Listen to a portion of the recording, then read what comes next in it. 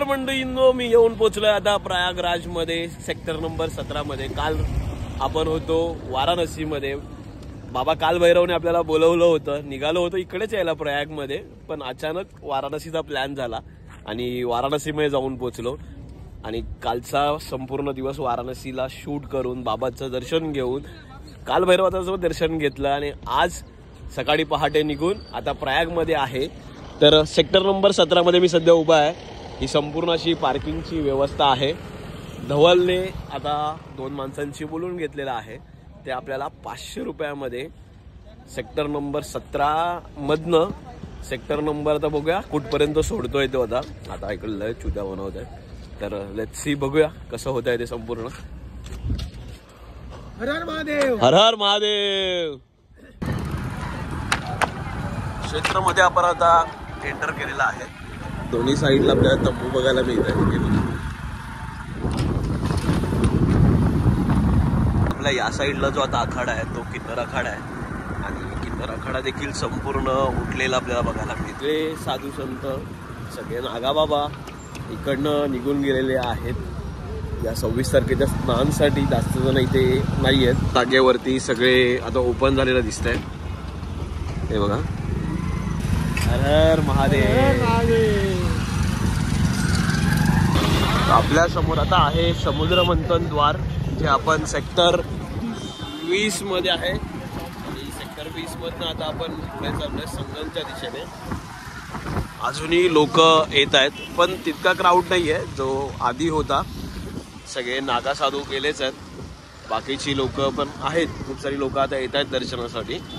Continuously walk सुरू आहे।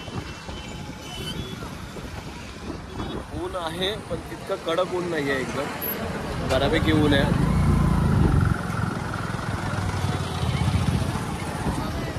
उपचार केंद्र। जसं आम्ही हळूहळू पुढे येतोय तशी अशी गर्दी वाढत चाललेली आहे। मागे गर्दी वाटत नव्हती, पण आता जेव्हा मी पुढे आलो त्या साईडला संपूर्ण गर्दी दिसते आहे। बॅरिकेडिंग केलेली आहे काही जागेवरती। तर मी आता आहे 6 नंबर पिपा पूलला। 1, 2, 3 जे आहेत ते रिव्हर्स जाण्यासाठी ठेवलेले आहेत आणि हा जो पिपा पूल आहे तो संगमच्या दिशेने जाण्यासाठी चालू ठेवलेला आहे। आता थोड्याच वेळात सनसेट देखील होईल। हे बघा पिपा पूल अशा प्रकारे हे जे खाली टाकण्यात आलंय। पिपा पूल वरून आपल्याला पुढे जायचंय आणि मग आपण पोहोचू त्रिवेणी संगम जवळ। अजूनही तितकीच गर्दी आहे, समोर बघा गर्दी दिसेल तुम्हाला। हे बघा पिपा पूल वरती गाड्या देखील आता सुरू झाल्यात। त्यांनी स्पेसिफिक गोष्टी ठेवल्यात येण्यासाठी जाण्यासाठी। प्रत्येक पिपा पूल मर्यादित हे केलेले आहे।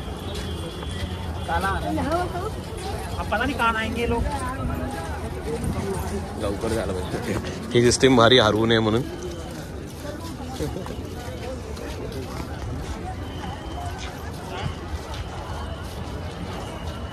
आभाळ पण मस्त भरलेला आहे।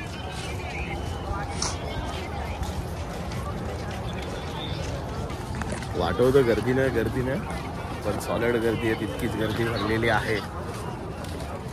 चला पोहोचूया लवकर। तर आपण गंगावरून आता चाललोय। ही आहे गंगा नदी, तर यमुना नदी त्या साईडने येते। तर आपल्याला त्या दोघांचा जो मधला संगम आहे त्या संगमला जायचं आहे। पण हे बघा, ही आहे खरी गर्दी। नजर जाईल तिथपर्यंत पब्लिक दिसते अजूनही। गंगे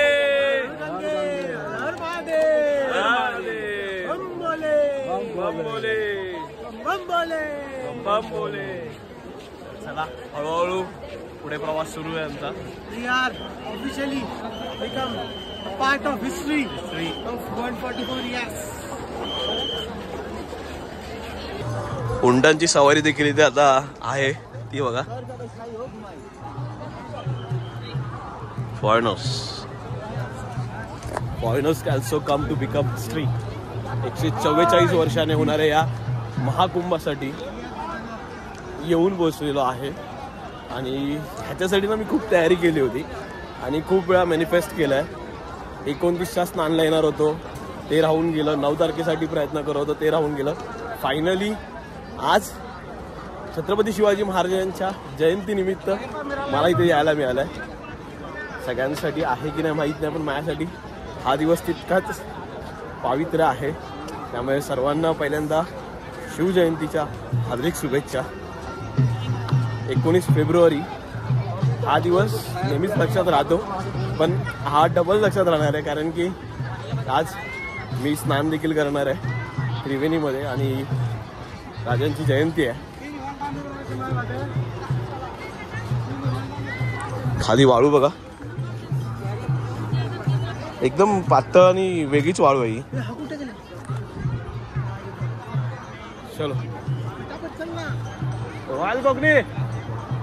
गाण्या देखील ब्लॉक करायला सुरू झाला, त्यामुळे गाण्या कुठेतरी मागे राहतोय. तर आपल्याला पटापट जायचं आहे आणि काळोख झाल्यानंतर मजा येणार नाही, त्यामुळे लवकर लवकर निघूया. महाकुंभ में आपका स्वागत है. तर असा हा बोर्ड लागलाय, त्या बोर्डवरनं देखील आपल्याला आतमध्ये जायचं आहे. संगमद्वार माझ्या समोर आहे, तो संगमद्वार आहे तिथे. हा बघा,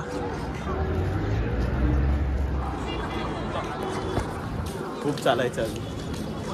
तर आपण आता संगमजवळ येऊन पोहोचलेलो आहोत आणि सनसेट होताना आपल्याला पाहायला मिळतोय. तर हा बघा सनसेट, आणि तितकीच गर्दी आहे या साईडला देखील आणि या साईडला देखील. प्रत्येक जण 144 वर्षाच्या होणाऱ्या या महाकुंभासाठी येत आहेत. आणि मगाशी जसं मी सांगितलं, एक साईडने गंगा, म्हणजे या साईडने गंगा, या साईडने यमुना जे येते, आणि इकडे दोघांचं जे आहे इकडनं ते मिलाप होतं. सरस्वती खालनं वाहते. हर हर महादेव. तर सरस्वती, आणि हा जो पॉइंट आहे तो आहे संगम. संगम संगम ये संगम ही है. हाँ यही संगम है, इधर बीच में ये संगम हो रहा है. हाँ हाँ परफेक्ट आहे अब. हाँ इधर संगम ही है ये. मंडळी, धवल आणि गणेश आतमध्ये गेला. मी थोड्या बाहेर थांबलोय बॅगा सांभाळायला. ही एक मोठी जबाबदारी आहे. ते दोघं जण जाऊन येते, त्यानंतर मी जाईन आतमध्ये.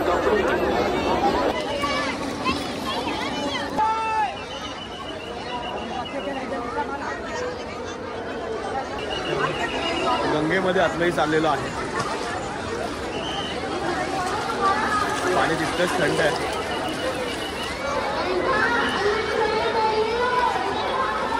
फायनली येऊन पोहोचलो, म्हणजे ज्यासाठी मॅनिफेस्ट करत होतो त्यासाठी येऊन पोहोचलेलो आहे. हर हर गंगे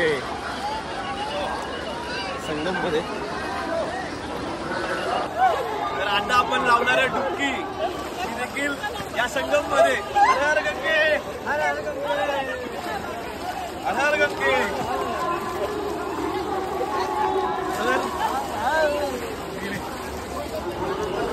हर हर महादेव. स्नान झालेलं आहे आणि स्नान करून आपण बाहेर पडतोय. आणि बाहेर पडताना या साईडने जो नजारा दिसतोय तो वेगळाच आहे.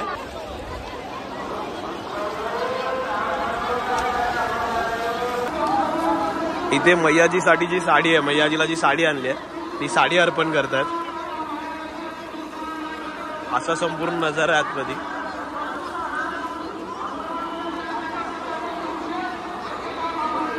एकशे 144 वर्षाचा हा दिव्य महाकुंभ. प्रत्येक राज्यातनं, प्रत्येकीकडनं आणि काही देशातनं देखील लोक या स्नानासाठी आलेले आहेत. खूप वेगळं आहे आणि खूप स्पिरिच्युअलिटी आहे. इकडे एक वेगळी एनर्जी महसूस होते आहे. तर चला म्हणजे आज जाऊया, फ्रेश होऊया, रेडी होऊया, चेंज करूया कपडे आपले, मग भेटतो. त्रिवेणी संगम मधलं आपलं जे स्नान आहे ते स्नान आता झालेलं आहे. आणि स्नान संपन्न करून आम्ही चाललेलो आहोत आता लेटे हनुमानकडे. तर इकडे प्रसिद्ध असं हे हनुमानाचं स्थान आहे, लेटे हनुमान. तर आपण तिकडेच चाललोय. अजूनही तितकीच गर्दी आहे आणि त्या साईडला देखील खूप सारी गर्दी आहे. चला लेटे हनुमानला पोहोचूया. आता आपण येऊन पोहोचलो आहोत लेटे हनुमानला, पण एवढी गर्दी आहे 3 तास जातील लाईनीमध्ये. पण मला लवकर पोचायचं आहे पुन्हा जागेवरती, त्यामुळे आपण लेटे हनुमानांचं स्क्रीनवरतीच दर्शन करून घेऊया.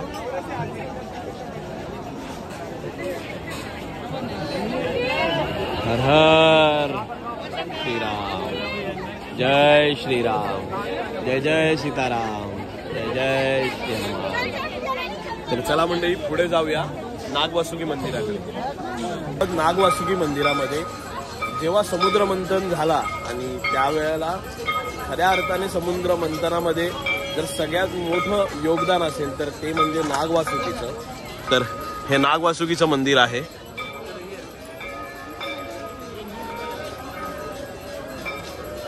आणि आपलं नशीब चांगलं आहे, वरती आरती सुरू आहे। तर चला मंडळी वरती जाऊन दर्शन घेऊया।